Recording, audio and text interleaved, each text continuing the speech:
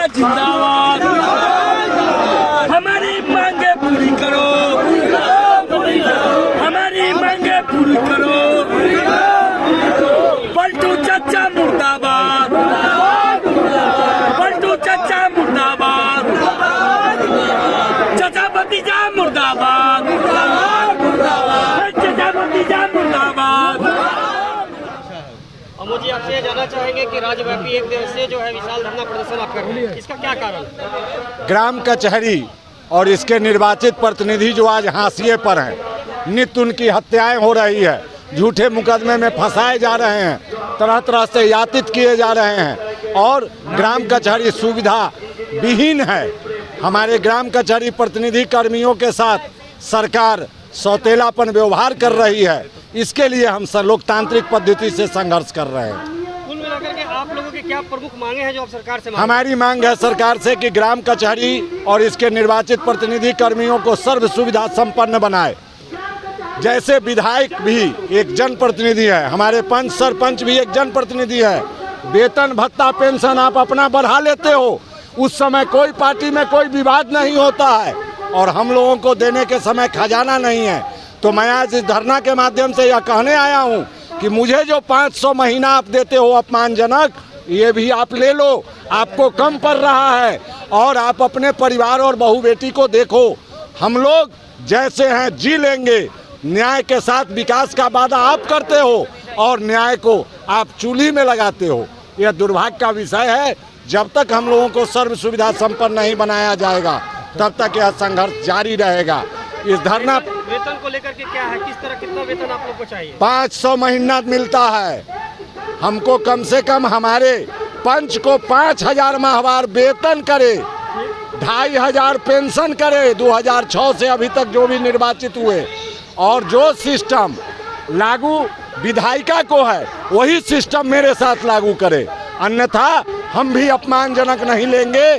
और दम है तो विधायक सांसद भी बिहार का ये जनता की गाड़ी कमाई लेना बंद करे, और नहीं तो हम लोग अब सामूहिक इस्तीफा देंगे और आने वाले विधानसभा और लोकसभा चुनाव में ग्रामीण क्षेत्रों में हम अपने विरोधी प्रत्याशियों का गाड़ी भी नहीं घुसने देंगे। हम गांव से आए हैं, इसका मतलब हम कमजोर नहीं हैं। अमोद कुमार निराला, प्रदेश अध्यक्ष पंच सरपंच संघ बिहार। क्या नाम है आपका? मेरा दिनेश पांडे। अच्छा, आज 11 सूत्री मांगों को लेकर के एक विशाल धरना प्रदर्शन किया जा रहा है गर्दनी बाग में। जी, क्या कारण उसमें आप भी आए हुए?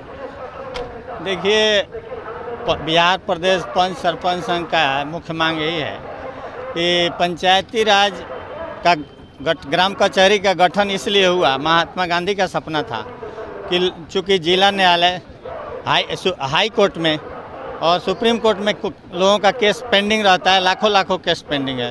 गांधी जी का सपना था कि कमज़ोर लोगों को ग्राम कचहरी के माध्यम से पेपरलेस और त्वरित न्याय मिलेगा। चूँकि सरपंच जो है स्थानीय होता है, जनता की सभी समस्याओं को जानता है, इसीलिए गठन हुआ।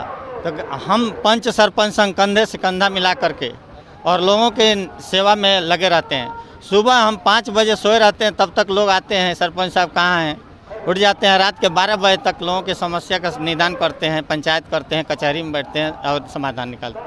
लेकिन बिहार सरकार जो है हमारे साथ सौतेला व्यवहार कर रही है। एक देखिए, एक वार्ड का चुनाव होता है, वार्ड को सभी तरह की सुविधा मिल रहा है, विकास कार्यों में सहभागिता है, उसको MP MLA के चुनाव में वोट डालने का अधिकार है, जबकि पंच और सरपंच को, उप सरपंच को इससे वंचित किया गया है। ये सरासर अन्याय है, MLC चुनाव में नहीं दे। दूसरी बात, हम पंच को 500 रुपया और सरपंच को 2500 का भत्ता मिलता है। ये बताइए, हमारा भी चुनाव मुखिया जैसे जीतता वैसे हम भी जीतते हैं। मुखिया को कई तरह का विकास कार्य है और मुख्यमंत्री जी को, उप मुख्यमंत्री जी को, मंत्री जी को मालूम नहीं है क्या हो रहा है गाँव देहात में। सरपंच को 80 रुपया के हिसाब से मिलता है। बताइए, वो हमारे चाय के लिए भी कम पड़ता है। हमारा फ़ोन है, हमारा गाड़ी का खर्च है, हम जनता के सेवा में रहते हैं, हम भी परिवार वाले हैं।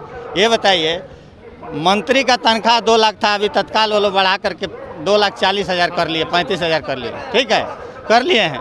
और MLA का कितना खर्च सरकार दे रही है, गाड़ी भत्ता देते रही है, आवास भत्ता मिल रहा है, मोबाइल भत्ता, हर तरह का भत्ता मिल रहा है। और सरपंच को एकदम किसी तरह का मतलब तो इस चुनाव ही किस लिए हुआ है जब जो सरपंच को दोयम दर्जे का जो है करके और जी मुख्य मांग यही है कि हमारा भी भत्ता उचित किया जाए ताकि हमारा भी हम अपने कर्तव्य का निर्वहन सही से कर सकें। कम से कम कितना वेतन चाहते हैं? कम से कम 21,000 महीने का वेतन होना चाहिए सरपंच का। क्यों? देखिए या तो हमारी मांग है सरकार या तो इस भत्ता को बिल्कुल ख़त्म कर दे। हम न्याय के पद पर हैं और हमारे साथ यहाँ अन्याय कर रही है। नीतीश कुमार जी घूम रहे थे समाधान यात्रा, क्या समाधान यात्रा निकाल रहे हो? हाँ सरपंच का पंच इतना परेशान है, उसका कुछ समाधान आप नहीं कर रहे हैं, क्या समाधान करेंगे आपके नाक के नीचे है कोई, आप जानते नहीं हैं। कई बार मंत्री जी आए थे जब सभागार में हुआ था, मीटिंग हुआ था 3 महीने पहले, 4 महीना हो गया, 120 दिन हो गया, और 90 दिन का समय लिए थे वर्तमान जो पंचायती राज मंत्री जी हैं, और कुछ भी उसके ग्राम कचहरी के विकास के लिए कुछ भी कार्य नहीं किए। आज आप यहाँ से खड़ा होकर के सरकार से क्या कहेंगे? जी हम यही कहते हैं कि हमको भी उचित भत्ता दिया जाए, हमारे सुख सुविधा का ख्याल रखा जाए, ग्राम कचहरी को सशक्त किया जाए, ग्राम कचहरी प्रहरी दिया जाए, हमको भी कंप्यूटर ऑपरेटर दिया जाए, डाटा एंट्री ऑपरेटर दिया जाए। और एक और बात मैं कहना चाहता हूँ, जो हमारे अधिकार का क्षेत्र का काम है वो दरोगा उसमें हस्तक्षेप, थाना अध्यक्ष हस्तक्षेप करता है, ये हमको सख्त ऐतराज़ है। सरकार से ये भी हम मांग करते हैं कि थानेदार का ग्राम कचहरी के मामलों में हस्तक्षेप एकदम बंद किया जाए और हमारा उचित भत्ता बढ़ाया जाए और MLC चुनाव में हमें भी वोट देने का अधिकार दिया जाए।